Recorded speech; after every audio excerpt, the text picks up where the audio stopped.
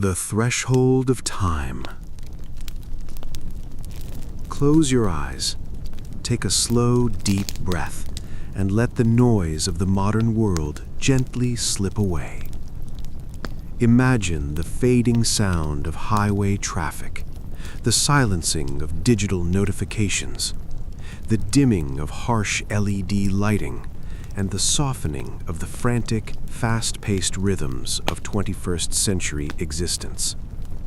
Allow yourself to settle into a state of quiet stillness, as if you were standing on the very edge of a vast, tranquil ocean of time.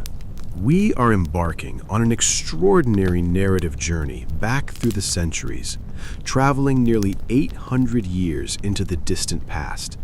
Our destination is Western Europe during the 13th century, the height of the High Middle Ages.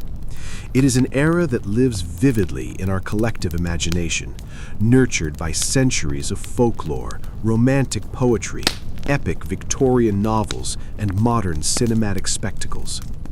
When we think of the medieval world, our minds naturally drift toward grand, sweeping landscapes. We envision majestic stone castles crowning misty green hills, banners fluttering proudly in the summer breeze, heroic knights clad in gleaming suits of articulated steel armor, fair noblewomen in flowing silk gowns, and vibrant royal feasts illuminated by hundreds of flickering beeswax candles. Reimagine a world defined purely by chivalry, romance, and timeless aesthetic wonder.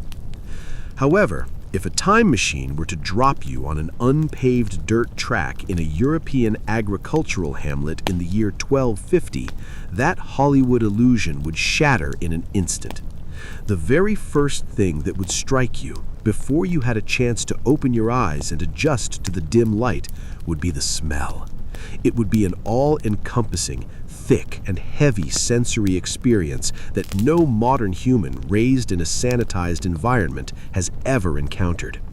It was the pungent scent of a world completely devoid of underground municipal plumbing, industrial waste management, chemical deodorants, or synthetic soaps.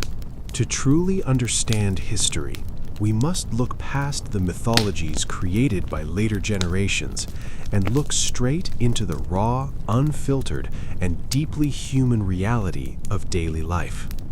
Tonight, we are going to experience 24 hours in the shoes of an average medieval commoner. Not a king sitting upon a velvet throne, nor a wealthy duke living inside a stone fortress, but a common peasant whose days were defined by manual labor, intimate connection with the soil, unpredictable weather, and a relentless, quiet struggle for survival. As you lie under the warmth and safety of your blanket, let the dark atmosphere of the ancient past wrap around you. Listen to the gentle rustle of leaves in the ancient oak forests, the distant howl of night winds over unpaved fields, and the slow, rhythmic creak of wooden cartwheels rolling across packed dirt. Step across the threshold of time, and let us begin our journey into the quiet, dark, and deeply fascinating world of the medieval past. Our story begins deep in the quiet hours before dawn. It is approximately 4 in the morning in a small, rural agricultural hamlet. The sky outside is a vast, pitch-black canvas, untouched by artificial light pollution, save for the pale silver glow of a crescent moon and a breathtaking blanket of brilliant, cold stars. Inside a small, humble peasant cottage, the air is cold, heavy, and damp. The house itself is a simple rectangular structure built from timber frames, wattle and daub walls, which consisted of woven wooden slats plastered over a heavy mixture of wet clay, straw, and dried animal dung, and a thick, steep roof made of dried river reeds and thatch. There are no alarm clocks to break the silence of the room. Life in the 13th century is governed not by precise minutes and seconds, but by the cosmic rhythms of nature, the the rising of the sun, the shifting of the seasons, and the deep, booming resonance of the bronze bell hanging in the parish tower a mile away. You begin to stir from your sleep. You are not lying on a soft, supportive mattress covered in high thread count cotton sheets. Instead, your bed is a crude wooden frame strung with tight hemp ropes, upon which rests a thick linen sack stuffed tightly with dried straw, hay, and agricultural husks. Over months of continuous use, this straw mattress transforms into far more than a simple bed. It becomes a living, thriving ecosystem. Beneath the coarse linen fabric, colony after colony of dust mites, bedbugs, fleas, and tiny lice make their permanent home. As you shift your weight under a heavy, coarse blanket made of unwashed sheep's wool, tiny insects scurry beneath you. For a person living in medieval Europe, skin irritation and itching were not unusual or alarming occurrences. They were simply an accepted part of the background noise of physical existence.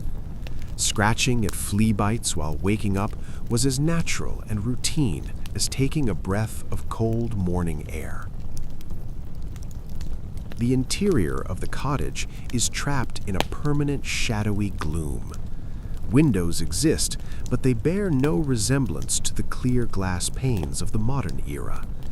In the Middle Ages, glass was an astronomical luxury, intensely difficult to manufacture, and reserved almost exclusively for royal palaces, wealthy monasteries, and great cathedrals. Your cottage windows are small, narrow rectangular slits cut into the thick clay walls. During the bitter cold of winter and the damp hours of the night, these openings are sealed shut using heavy wooden shutters held in place with iron bars, or covered with sheets of parchment paper soaked in animal fat to make them translucent while keeping out the biting wind. In the center of the main room, on the hard-packed dirt floor, lies the hearth, the literal and metaphorical heart of the medieval home. It is a simple ring of smooth river stones surrounded by a bed of gray ash. A few tiny red embers from last night's oak log still glow faintly in the dark, giving off a wispy trail of pungent, aromatic smoke. Because peasant cottages lacked stone chimneys, a luxury that would not become common in small domestic homes for several more centuries, the smoke from the hearth fire had no direct path out of the house. It slowly drifted upward, filling the upper half of the room with a thick bluish haze before gradually seeping out through the small vent in the thatched roof or through the tiny cracks in the walls. As a result, every object inside the house, the wooden spoons, the heavy iron kettle, the rough benches, the wool blankets, and even your own skin and hair were permanently infused with the deep, dry scent of cured wood smoke. As you sit up on the edge of your straw bed, rubbing the sleep from your eyes, your aching muscles remind you of the hard physical labor from the day before. Your first instinct, conditioned by modern habits, might be to dream of a steaming hot morning shower, a bar of scented soap, and a toothbrush. But in the 13th century, the concept of morning sanitation was entirely different and deeply rooted in medieval medical science. In popular culture, there is a widespread belief that medieval people never washed, that they lived in absolute filth from birth until death, and that they were utterly oblivious to personal cleanliness. The reality, however, is far more nuanced, fascinating, and surprising.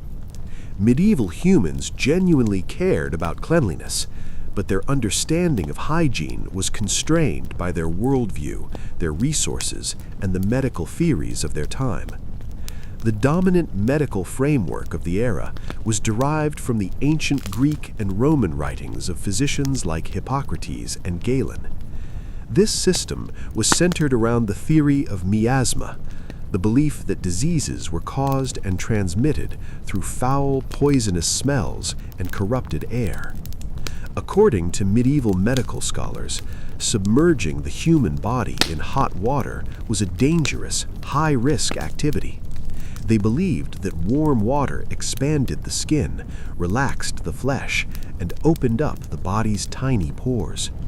Once these pores were forced open, the cold air and any floating, disease-bearing miasmas could easily slip into the bloodstream, disrupting the internal organs and causing sudden, fatal illnesses.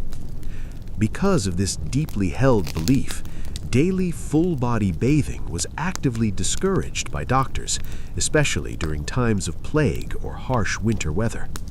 Baths were not seen as routine hygiene. Rather, they were viewed as luxurious, ceremonial events, medical treatments prescribed for specific nervous conditions or spiritual rituals before major holy days like Easter and Christmas. When medieval people did bathe, it was often a labor-intensive community affair. In larger towns, public bathhouses offered hot wooden tubs filled with water heated over massive wood fires. These bathhouses were popular social hubs where people gathered to talk, listen to music, and relax.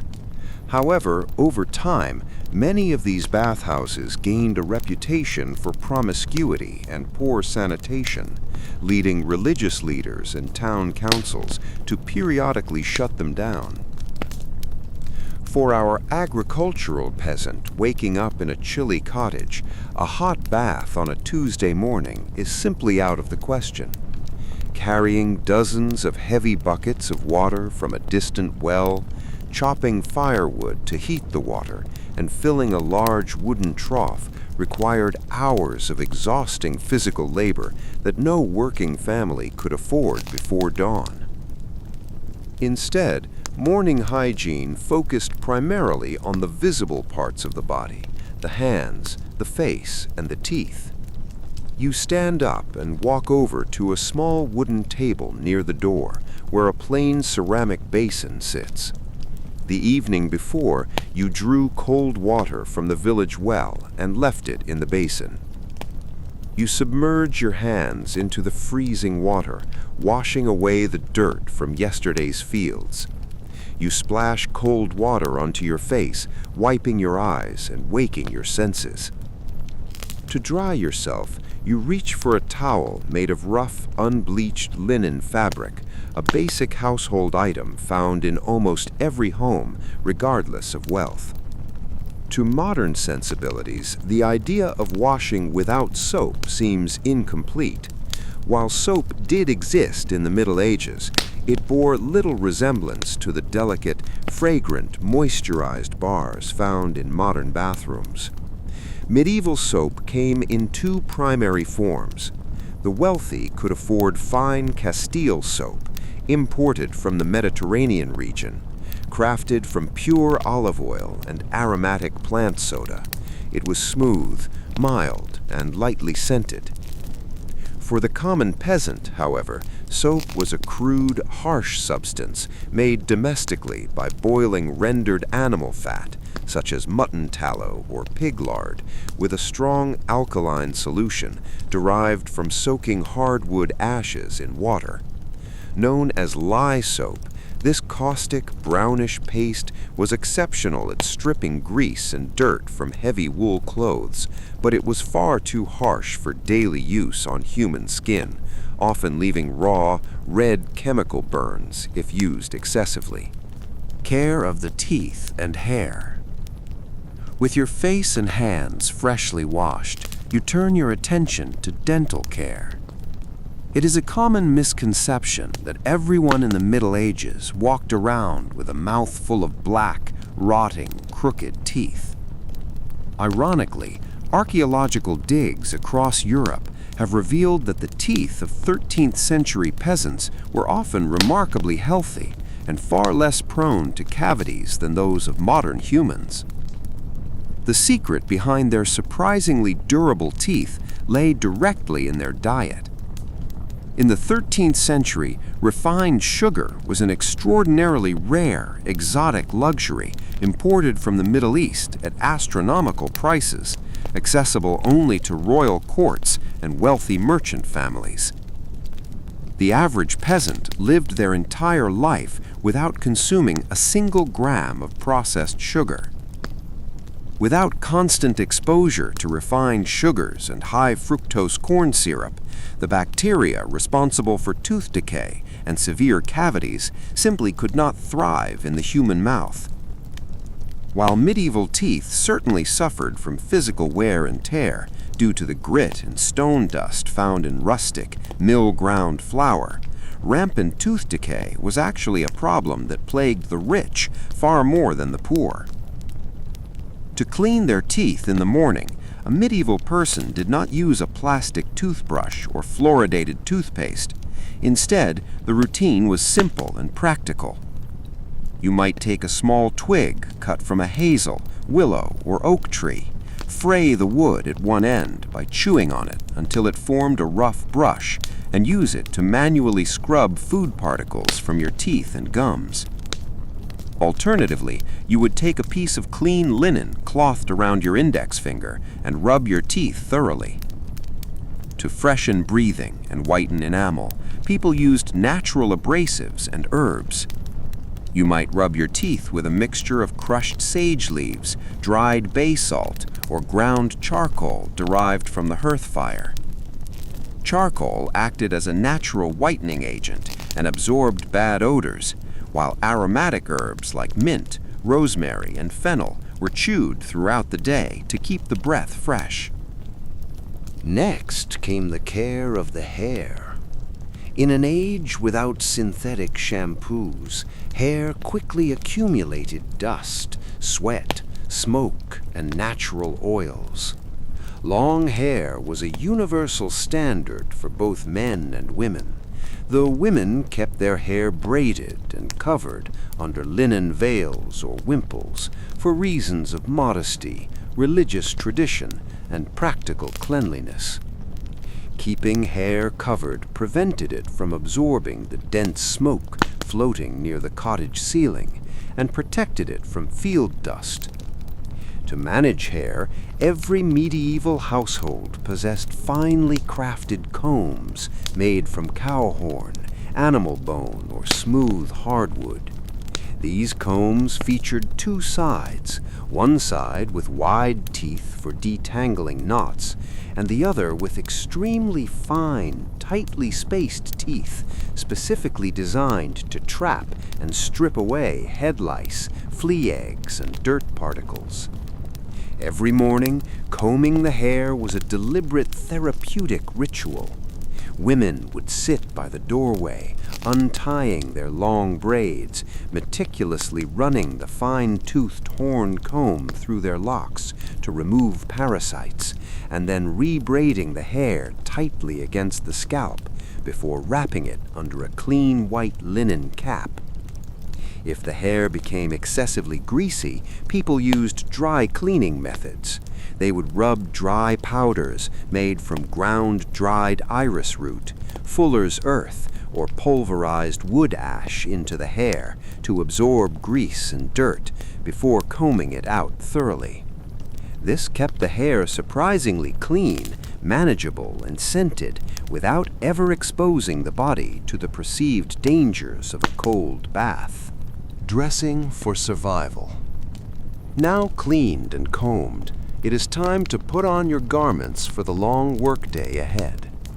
In the 21st century, clothing is a tool of individual expression, changing rapidly with shifting seasonal trends and cheap mass manufacturing. In the medieval age, however, clothing was designed primarily for durability, insulation, and strict adherence to social standing. You do not open a closet filled with dozens of shirts, pants, and jackets. The average medieval peasant owned only 2 or 3 sets of clothing in their entire lifetime. Every garment was hand-spun, hand-woven, and hand-sewn, requiring countless hours of intensive labor. Clothing was so valuable that it was routinely listed in personal wills, passed down from parents to children as treasured heirlooms. Your wardrobe begins with the foundation layer, the linen undertunic or camise. Made from flax fibers grown in local gardens, linen was smooth, breathable, and easily washable. This inner layer absorbed the body's natural oils and sweat, acting as a protective barrier between your skin and the rough wool outer garments. Over the linen undertunic, you pull on your primary outer layer, a knee-length tunic crafted from thick woven wool. Wool was the absolute king of textiles in medieval Europe. It was warm, water-resistant, durable, and readily available from the millions of sheep grazing across the European countryside. The color of your tunic speaks volumes about your place in the social hierarchy.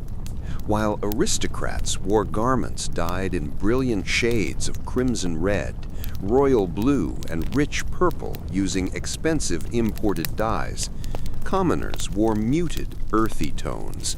Your tunic is a dull shade of brown or natural undyed gray, colored using cheap, locally sourced vegetable dyes derived from walnut husks, onion skins, or oak bark.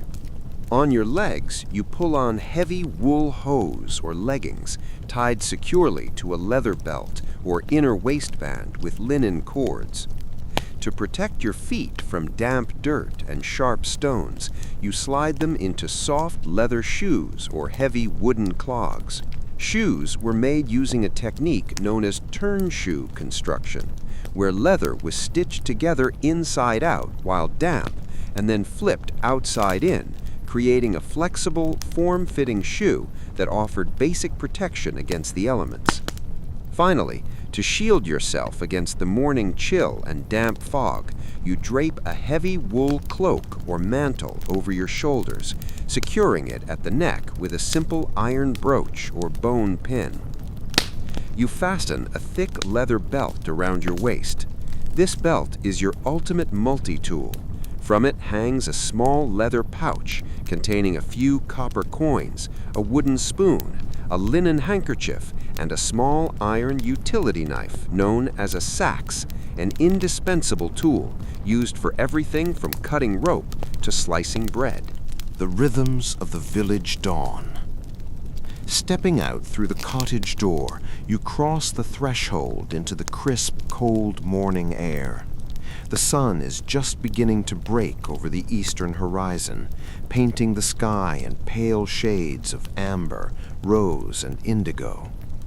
The morning fog lingers low over the green pastures, clinging to the tall grass and the thatched roofs of neighboring cottages.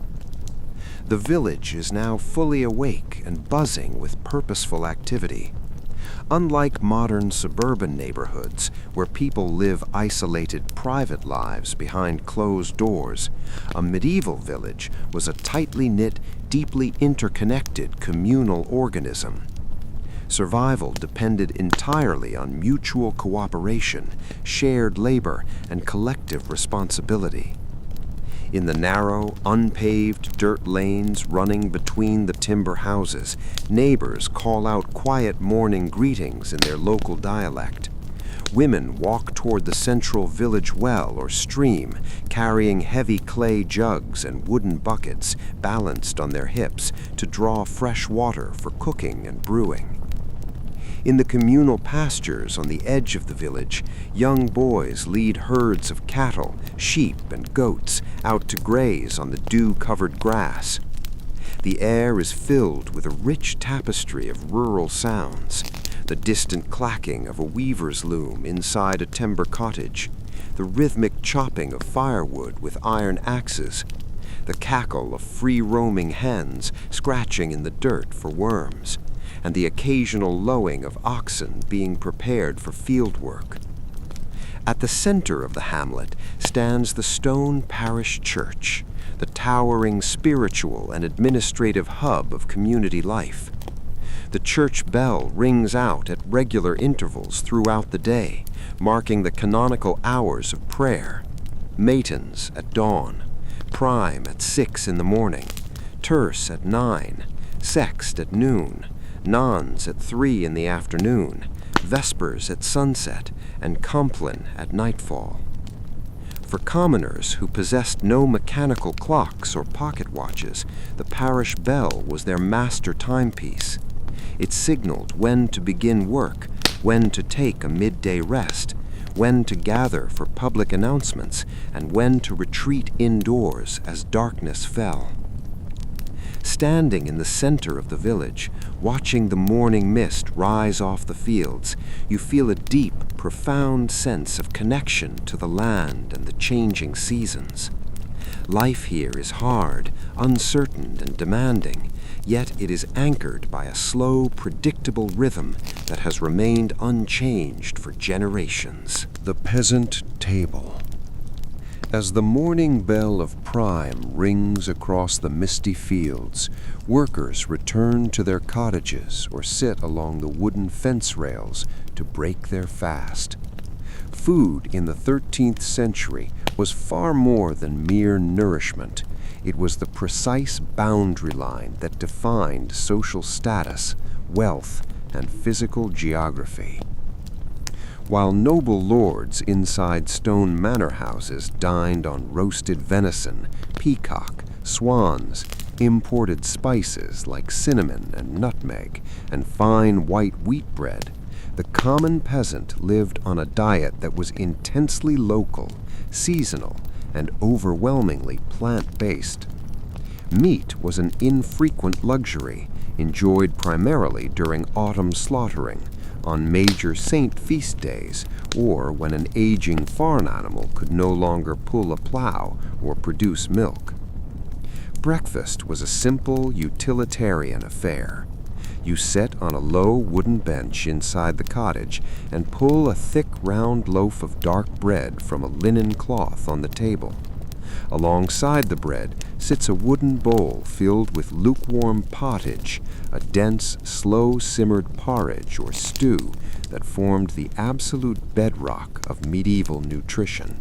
Pottage was kept perpetually simmering over the central hearth in a heavy iron cauldron hanging from an iron chain. Every day, new ingredients were thrown into the pot to replenish what had been eaten. Crushed oats, dried field peas, broad beans, barley, chopped leeks, wild garlic, cabbage leaves, and whatever root vegetables could be dug from the family garden plot. If the family was fortunate, a small knob of salted lard, a rind of hard cheese, or a handful of dried herbs like thyme and parsley would be added to give the thick brew flavor. Pottage was dense, filling, and packed with complex carbohydrates and plant proteins. It was eaten with simple wooden spoons carved by hand during the long winter evenings. Beside the bowl of pottage lay the second half of the meal, a thick slab of dark, heavy rye bread. This bread was dense, chewy, and sour, bearing no resemblance to the soft, airy white loaves found in modern bakeries. Wheat flour was expensive and demanded fertile soil, making pure wheat bread an aristocratic privilege. The working classes relied on rye, barley, oats, and field peas ground into flour at the local lord's watermill. The hidden threat of St. Anthony's fire. That dense loaf of dark rye bread on your morning table, while life-sustaining and filling, carried an invisible and terrifying hazard that haunted medieval Europe for centuries. Rye crops are exceptionally vulnerable to an airborne parasitic fungus, scientifically known as Claviceps purpurea, or commonly as ergot. During unusually wet, cold springs, followed by warm, humid harvest seasons, this fungus would quietly invade the flowering rye heads, replacing the healthy grain kernels with dark, curved, hard fungal bodies known as sclerotia, which closely resembled small black rooster spurs. In the 13th century, the concept of microscopic fungi and plant pathology was entirely unknown. Peasant farmers harvesting their fields assumed these dark, elongated kernels were simply grain spoiled by damp weather or scorched by the sun. Unaware of the deadly chemistry within, they harvested the infected rye, transported the sacks to the village mill, and ground the grain into dark flour to bake their family's daily bread. Ergot fungus contains a potent cocktail of toxic alkaloids, including ergotamine, a precursor compound structurally related to modern lysergic acid diethylamide, or LSD. When ingested in sufficient quantities through daily bread consumption, these toxic alkaloids triggered a horrific medical condition known in the Middle Ages as St. Anthony's fire and known to modern medicine as ergotism. The symptoms manifested in two distinct nightmare-inducing forms: gangrenous ergotism and convulsive ergotism. In gangrenous ergotism, the toxic fungal alkaloids caused severe, extreme vasoconstriction, choking off blood flow to the body's extremities, primarily the fingers, toes, feet, and hands. Victims felt an agonizing, intolerable burning sensation deep within their limbs, as if their arms and legs were being consumed by internal, invisible flames. As blood supply was completely cut off, the affected limbs turned icy cold, lost all sensation, blackened, and developed dry gangrene. In severe cases, mummified fingers and toes would rot and miter away from the living body without bleeding. In convulsive ergotism, the alkaloids attacked the central nervous system. Victims suffered from violent, involuntary muscle spasms, painful twisting of the body, tongue biting, and severe, terrifying hallucinations. Entire villages could be struck down simultaneously after eating from the same infected harvest. Because the cause was completely unknown, communities believed they were being punished by divine wrath or targeted by dark witchcraft. Hundreds of afflicted sufferers made long, painful pilgrimages to the shrines of St. Anthony, a holy order of monks who operated hospital sanctuaries where victims were fed white wheat bread free of rye ergot, leading to miraculous recoveries that reinforced the saint's divine reputation. The safe liquid, small beer and ale. After eating your dark bread and pottage, you reach for a heavy clay jug on the table to quench your thirst. However, you do not pour yourself a cup of cold, clear water from the nearby river or shallow well. In popular history, it is often repeated that medieval people drank alcohol exclusively because water was universally polluted. While medieval people certainly appreciated a cold sip of clean spring water when available, they were acutely aware that drinking standing water from town streams, shallow ponds, or riverbanks was a high-risk gamble that frequently led to severe stomach cramps, dysentery, cholera, and fatal waterborne illnesses. Without an understanding of germ theory or bacterial contamination, medieval society relied on practical observation. They noticed that those who drank fermented beverages remained healthy, while those who drank raw river water downstream from livestock pastures and tanning workshops frequently fell sick and died. As a result, alcohol was consumed universally across all levels of society, from elderly grandparents to young children. However, the daily drink of the medieval peasant was not strong, high-proof liquor, but a beverage known as small beer or ale. Ale was brewed locally in almost every hamlet, usually by women known as alewives or brewsters. The brewing process began by soaking barley grain in water until it germinated, creating malt. The malt was dried, ground, and mashed in hot water to extract its natural sugars. Crucially, The brewing process required boiling the sweet liquid wort over a wood fire for hours before adding yeast to initiate fermentation. Without realizing it, medieval brewsters were performing a sophisticated biological sterilization process.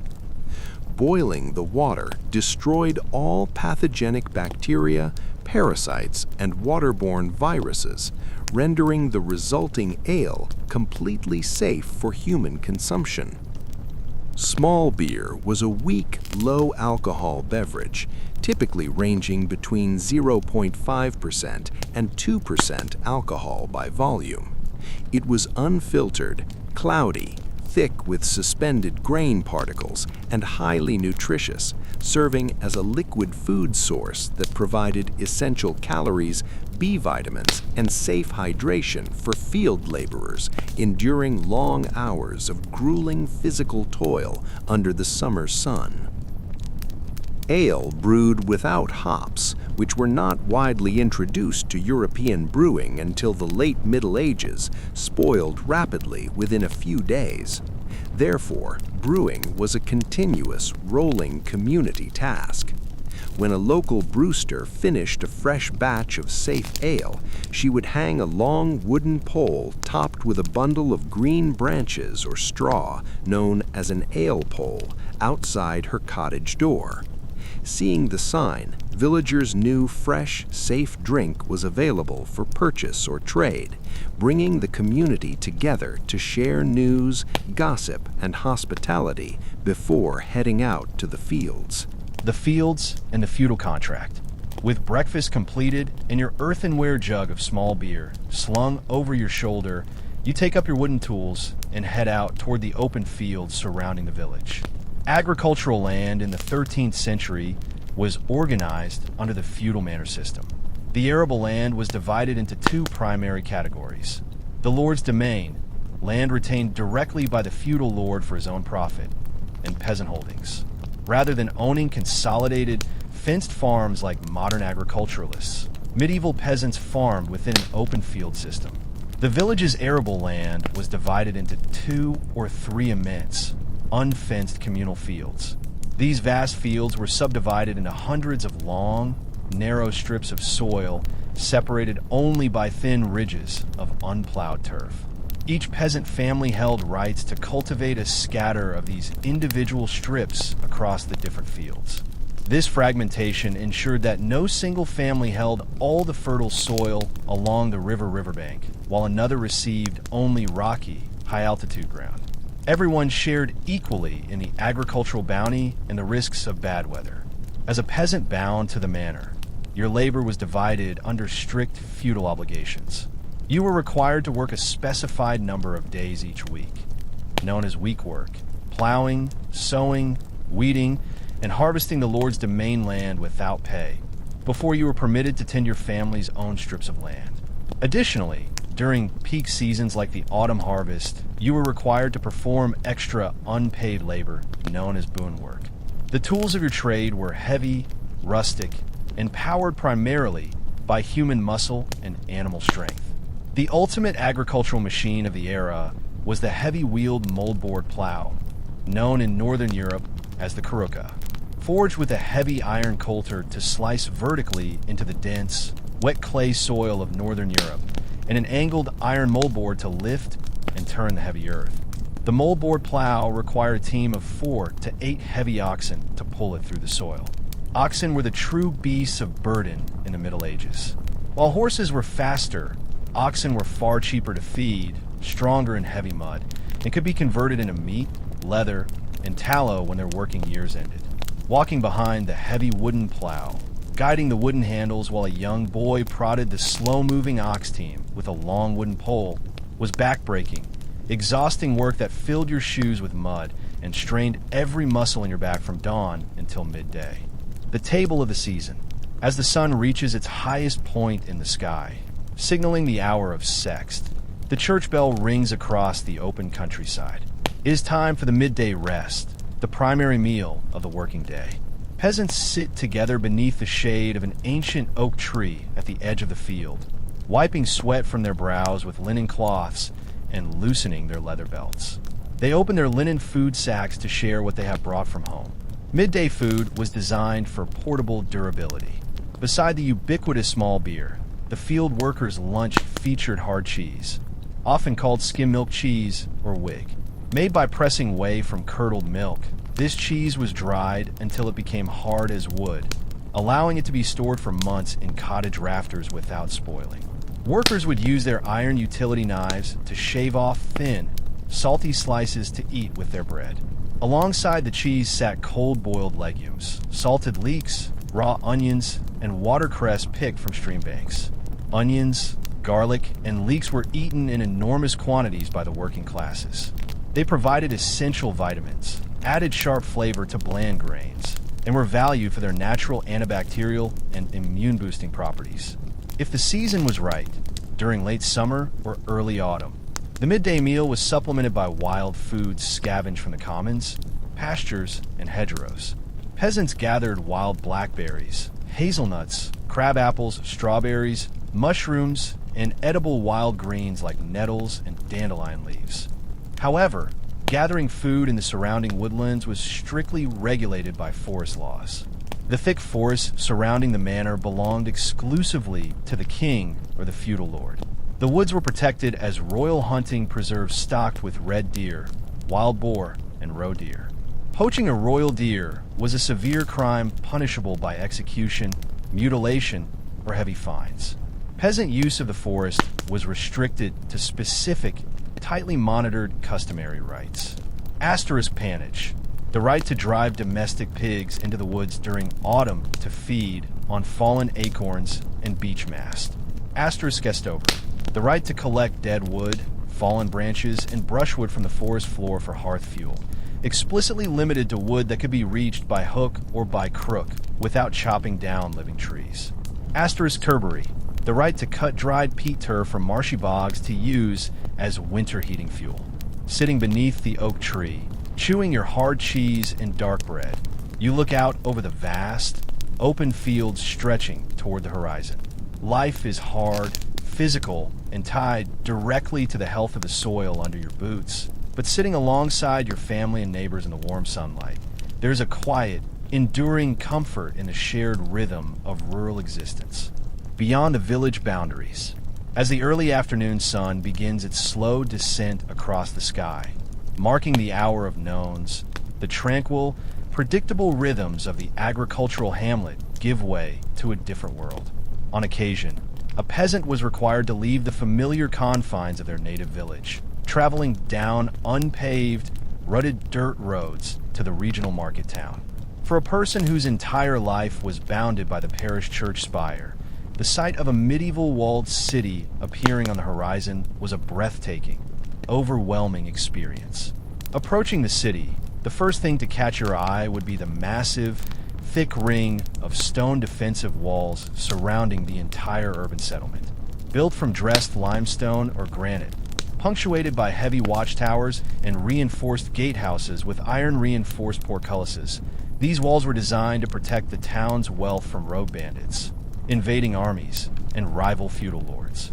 To enter the city, every traveler had to pass through one of the heavily guarded stone gatehouses. Here, city guards and toll collectors stood watch, inspecting incoming carts, checking merchant passes, and demanding tax payments, known as gate tolls or octroi, on all goods, livestock, and produce brought inside for trade. Crossing the threshold of the gatehouse meant stepping out of the spacious, quiet countryside and plunging into a dense, chaotic, and intensely sensory human hive. Medieval cities were defined by extreme space constraints. Building outward was astronomically expensive because it required extending the stone defensive walls. Consequently, towns grew inward and upward. Houses were constructed using timber frame architecture, built side by side with zero space between them. To maximize living space on small plots of land, builders used a technique known as jettying, where each upper floor extended outward beyond the floor below it. As a result, the third and fourth stories of timber buildings on opposite sides of the street leaned inward toward each other, blocking out the sun, trapping smoke, and reducing narrow dirt thoroughfares to dark, claustrophobic stone canyons. The urban sights and smells. If the rural village smelled of wood smoke, wet earth, and farm animals, the medieval town smelled of concentrated human density, industrial manufacturing, and unrefined waste. Street sanitation in a 13th century city was a constant, uphill battle against physics and human nature. The narrow streets were unpaved or lined with rough cobblestones, featuring a shallow, V-shaped drainage ditch running straight down the center, known as the kennel or gutter. This central gutter was the dumping ground for everything the city generated. In an era before indoor plumbing, underground sewage pipes, or municipal trash collection, residents emptied their household waste directly into the street. Every morning, the sound of wooden shutters opening overhead was followed by the sharp, echoing call of garde à l'eau, derived from the French garde à l'eau, watch out for the water. Seconds later, contents of ceramic chamber pots, filled with stagnant urine and night soil, were unceremoniously sloshed out of upper-story windows into the street gutter below. Alongside human waste, urban streets were filled with the refuse of thousands of animals. Horses, mules, and oxen were the primary engines of transport, leaving tons of steaming manure on the cobblestones every single day. Pigs ran freely through the alleys, acting as living garbage disposal units that scavenged through piles of kitchen scraps, rotten vegetables, and offal. The air was further heavy with the toxic fumes of unregulated medieval industries operating right in the middle of residential neighborhoods. Asterisk tanneries. Tanners processed animal hides into durable leather using horrifyingly noxious substances. Hides were soaked for days in large open wooden vats filled with stagnant urine and dog feces to soften the leather and strip away hair, releasing an overwhelming, gut-wrenching stench that could be smelled miles away. Asterisk fulling mills. Fullers processed rough wool cloth by submerging it in large tubs filled with stale human urine, valued for its high ammonia content, and stomping on it barefoot for hours to clean and thicken the fabric. Asterisk slaughterhouses. Butchering took place in open-air yards. Blood, animal entrails, and discarded animal heads were regularly swept into the public streets, where they pooled in stagnant gutters, attracting swarms of green flies and packs of stray dogs. To navigate these foul streets without ruining their soft leather shoes, town residents wore patents. Heavy wooden overshoes mounted on raised iron rings or wooden stilts that strapped onto the bottom of normal footwear, elevating the wearer 3 to 4 inches above the mud, filth, and waste filling the street. The guild system and market chaos. Despite the chaotic smells and cramped conditions, the medieval city was the absolute center of innovation, economic ambition, and social mobility. It was a world governed not by feudal lords, but by powerful merchant and craft organizations known as guilds. In the 13th century, you could not simply open a shop and begin selling goods. Every profession, from blacksmiths, bakers, and shoemakers to masons, goldsmiths, and tailors, was strictly controlled by its respective trade guild. The guild system operated as a strict monopoly designed to eliminate cutthroat competition, maintain high-quality standards, and protect the welfare of its members. The professional hierarchy consisted of 3 distinct tiers. Guild regulations were meticulously detailed and ruthlessly enforced by elected guild wardens. Wardens performed surprise inspections of workshops, checking scale weights, examining raw materials, and destroying substandard goods. Working by candlelight at night was strictly forbidden by most guilds. The official reason was fire prevention in timber-built cities, but the primary economic reason was quality control. Poor light led to sloppy craftsmanship, which threatened the reputation of the entire trade. Stepping into the central market square at mid-afternoon, you are engulfed in a wall of sound. The market is a chaotic, colorful tapestry of commerce. Merchants shout their wares from wooden stalls. Money changers sit at low tables weighing silver pennies from foreign lands. And town criers ring handbells to announce new laws passed by the mayor and city council. In one corner of the market, Bakers display loaves of bread stamped with individual wooden seals to identify who baked them. Under the assize of bread and ale, a strict regulatory law, bakers who shortchange customers by selling undersized or adulterated bread face severe public punishment. A cheating baker was strapped to a wooden sled, hung with the fraudulent loaf of bread around his neck, and dragged through the filthy city streets to be placed in the public pillory, where townspeople pelted him with rotten fruit and mud. The medieval hospital and public health. Navigating through the crowded market crowds, you pass under the shadow of a grand stone monastic complex. Attached to the monastery is the city hospital, an institution that bore little resemblance to a modern medical facility. In the 13th century, the word hospital shared its root with hospitality. Run almost exclusively by religious orders of monks and nuns, hospitals were not high-tech centers for cure and surgery. They were sanctuaries for care, comfort, and spiritual shelter. The medieval hospital opened its doors to the most vulnerable members of society: the destitute elderly, weary pilgrims, orphan children, and the terminally ill. The architecture resembled a cathedral nave, with rows of simple wooden beds lining the walls, all facing toward an altar at the far end of the room so that bedridden patients could participate in daily religious services.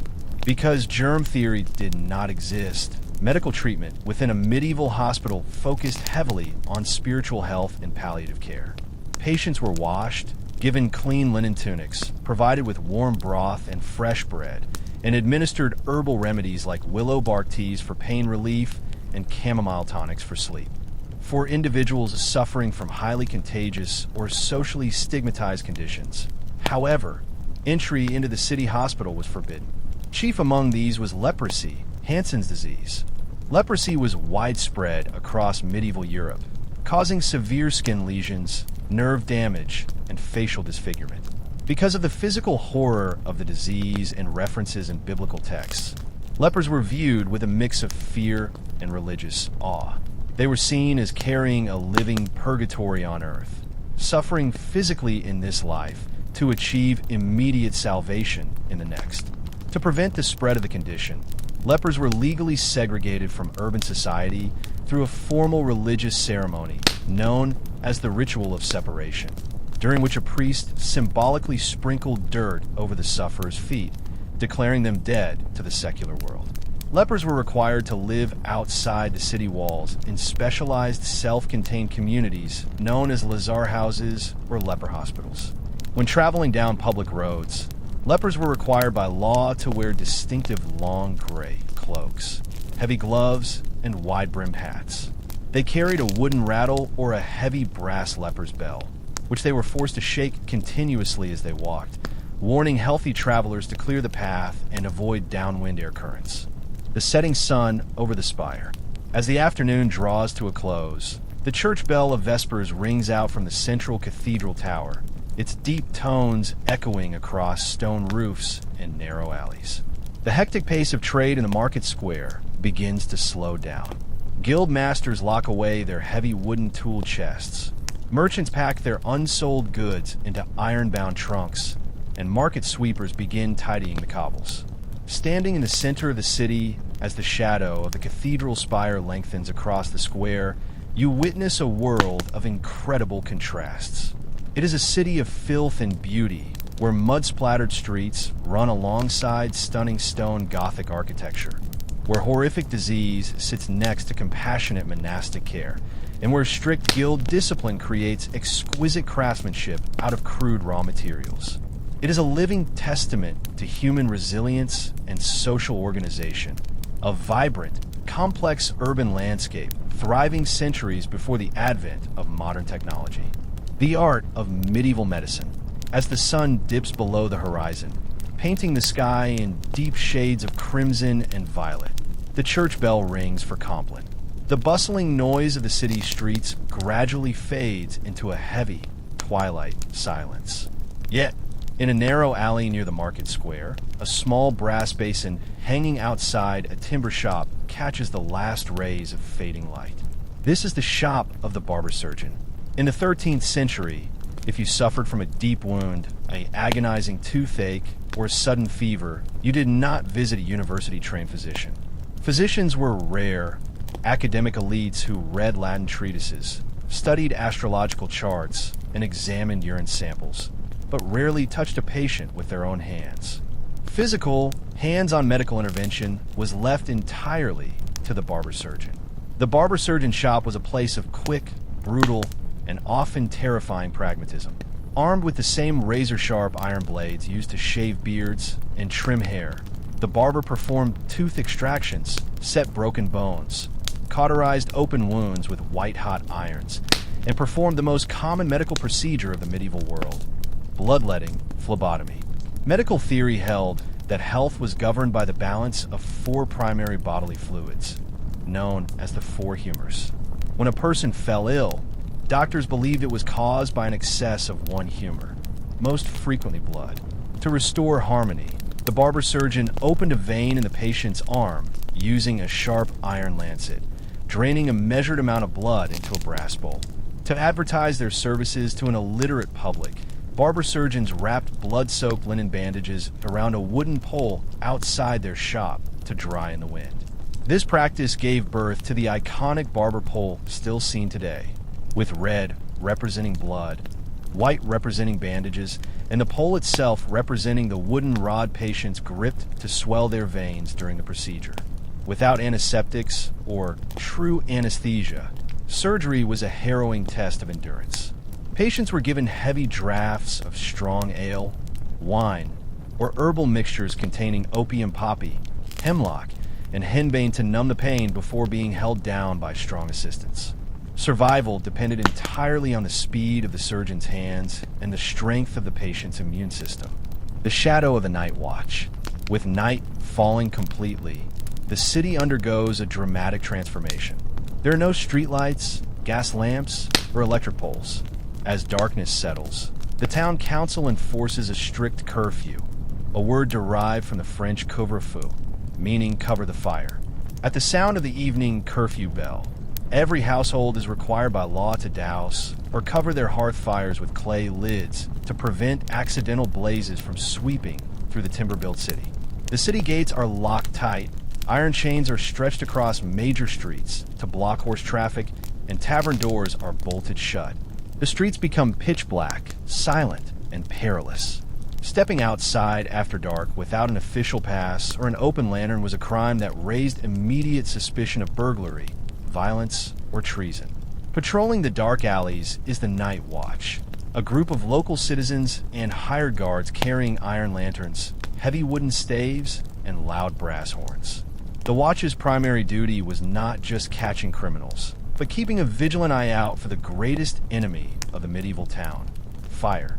Because buildings were made of wood, straw, and plaster, a single overturned candle or runaway hearth ember could incinerate an entire city district within hours.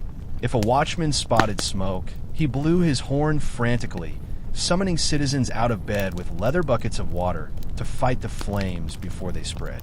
The hearth at nightfall.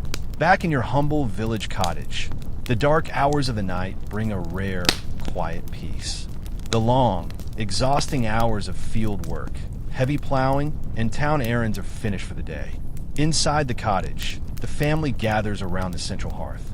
A single beeswax or tallow candle casts flickering, warm shadows across the rough clay walls.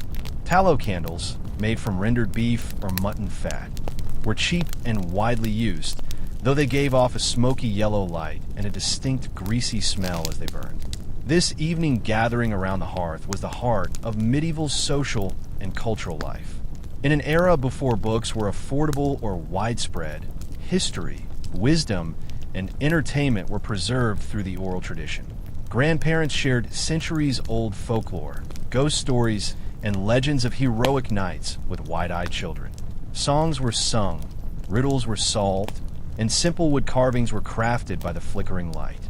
Before retiring to bed, the family offers simple prayers of gratitude for surviving another day, for the bread on the table, the roof overhead, and the health of the harvest. You crawl back onto your straw mattress, pulling the heavy wool blanket up to your chin. The air inside the room grows cool as the hearth embers slowly die down. Outside, the night wind whistles softly through the thatched roof, and the distant hooting of an owl echoes across the dark, silent fields. The enduring legacy. Looking back across 8 centuries at the world of the Middle Ages, it is easy to focus solely on the hardships. The backbreaking physical toil, the constant threat of disease, the harsh sanitation, and the precarious struggle against nature. Yet, to see only suffering is to miss the profound beauty, resilience, and ingenuity of the medieval human spirit. The men and women of the 13th century were not primitive caricatures living in darkness. They were resourceful, deeply creative, and emotionally complex human beings who laid the foundational structures of our modern world.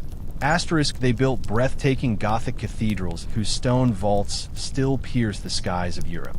Asterisk, they established the world's first universities in Bologna, Paris, and Oxford, preserving human knowledge and critical thinking. Asterisk, they developed the legal frameworks, trade guilds, and civic institutions that gave rise to modern urban democracy and global commerce. Asterisk, they lived in deep, respectful harmony with the natural environment, waste-free long before the concept of sustainability existed. As you lie in the quiet dark of the night, listen once more to the distant rustle of leaves in the ancient forest and the slow tick of time moving forward. The world of knights, peasants, field plows, and cathedral bells is not entirely gone. It lives on in our language, our institutions, and the very soil beneath our feet. Having walked a full day in their shoes, you can finally drift into a deep, peaceful sleep, connected across the centuries to the quiet, enduring story of human history.